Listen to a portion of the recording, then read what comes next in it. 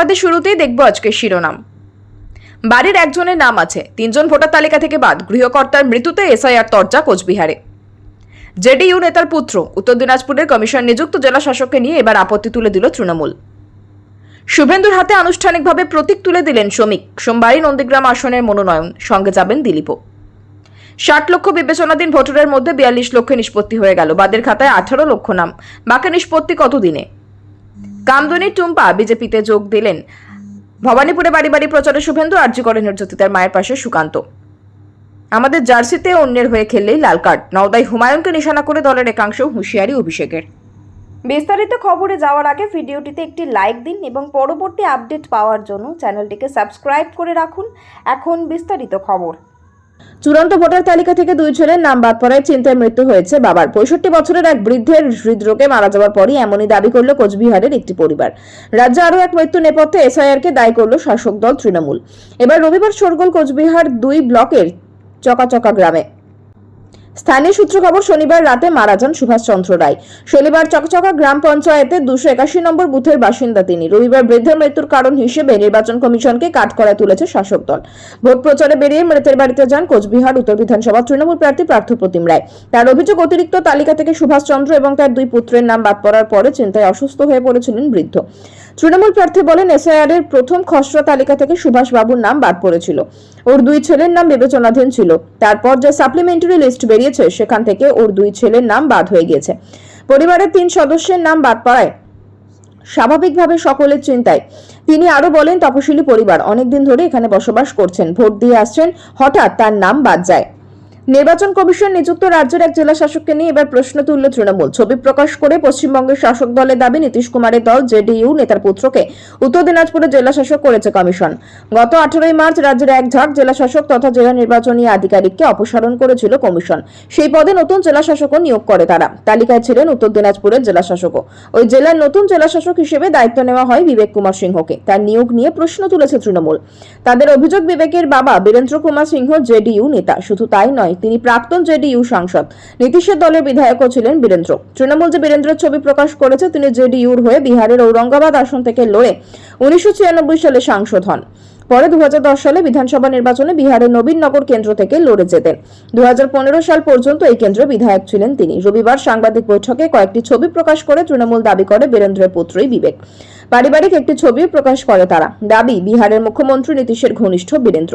নীতিশ বীরেন্দ্রের একসঙ্গে একটি ছবি প্রকাশ্যে আনে তৃণমূল, যদিও এই ছবির সত্যতা যাচাই করেনি আনন্দবাজার.com। বিধানসভা কেন্দ্রের মনোনয়নের জন্য রবিবার দলীয় প্রতীক সংগ্রহ করেন তিনি। নন্দীগ্রাম আসনের জন্য সোমবারই মনোনয়নপত্র জমা দেবেন শুভেন্দু। সেখানে তার সঙ্গে কেন্দ্রীয় নেতৃত্বের সঙ্গে থাকবেন দিলীপ ঘোষও।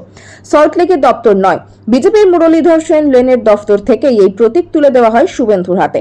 সাংবাদিক বৈঠক থেকে এই প্রতীক তুলে দেওয়া হয় বিধানসভার বিরোধী দলনেতার হাতে। সাংবাদিক বৈঠক চলাকালীনই রাজ্য বিজেপির সাধারণ সম্পাদক শশী অগ্নিহোত্রী প্রতীক সংক্রান্ত নথি বার করে শ্রমিকের হাতে দেন। তারপরে সেই নথিতে সই করে তা শুভেন্দুর হাতে তুলে দেন তিনি। প্রথমে নন্দীগ্রামের, তারপরে ভবানীপুরের। প্রতীক তুলে দেওয়ার সময় শ্রমিক জানান, শুভেন্দু নিজেই চেয়েছিলেন ভবানীপুরের প্রার্থী হতে। দলের কাছে সে কথা নিজেই জানান তিনি। তবে দল শুভেন্দুকে নন্দীগ্রাম থেকে সরাতে চায়নি, তাই নন্দীগ্রামে তাকে রেখেই ভবানীপুরেও টিকিট দেওয়া হয়েছে।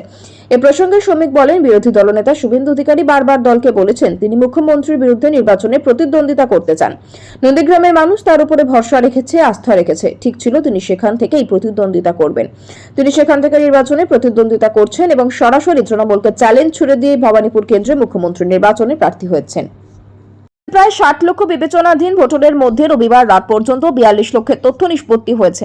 তাদের মধ্যে এখন বাদ পড়েছে প্রায় 18 লক্ষ জনের নাম, বলছে কমিশন সূত্র। আর 20 লক্ষের মতো ভোটারের নাম এখনো বিবেচনাধীন রয়েছে। কমিশন জানিয়েছে, মনোনয়ন জমা দেওয়ার শেষ দিনের আগে সেগুলি নিষ্পত্তি হয়ে যাবে। রাজ্য প্রথম দফার ভোটের মনোনয়ন জমা শেষ দিন 6 এপ্রিল। এসআইআর এর চূড়ান্ত এবং খসড়া তালিকা মিলিয়ে ইতিমধ্যে 63,66,952 জনের নাম বাদ গিয়েছে। প্রথম অতিরিক্ত তালিকা থেকে বাদ পড়েছে প্রায় 12 লক্ষ নাম। সুপ্রিম কোর্ট নির্দেশে বিবেচনাধীন ভোটারদের তথ্য নিষ্পত্তি করছেন বিচারকরা। এই কাজে ভিন রাজ্য থেকেও এসেছেন তারা। 28 ফেব্রুয়ারি চূড়ান্ত তালিকা প্রকাশ করেছিল কমিশন। তখন বিবেচনাধীন ভোটার ছিলেন 60,06,675। এই তালিকায় 705 জন বিচারক নিষ্পত্তি করছেন। সুপ্রিম কোর্টের নির্দেশ মেনে নিষ্পত্তি হওয়া তালিকা ধাপে ধাপে বার করার কথা জানিয়েছেন কমিশন।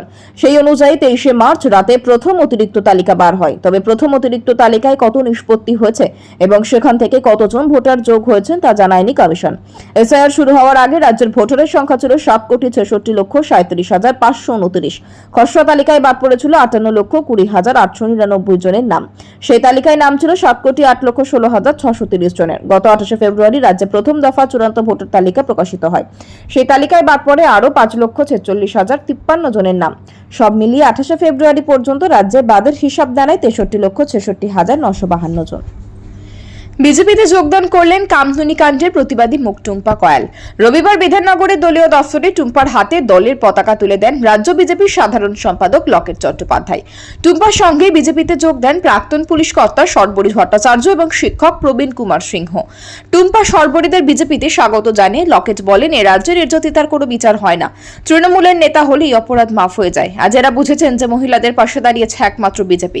মহিলাদের সুরক্ষা সম্মান দিতে পারে বিজেপি। বিজেপিতে যোগ দিয়ে টুম্পা বলেন, 2013 সাল থেকে বিজেপি আমাদের সঙ্গে ছিল।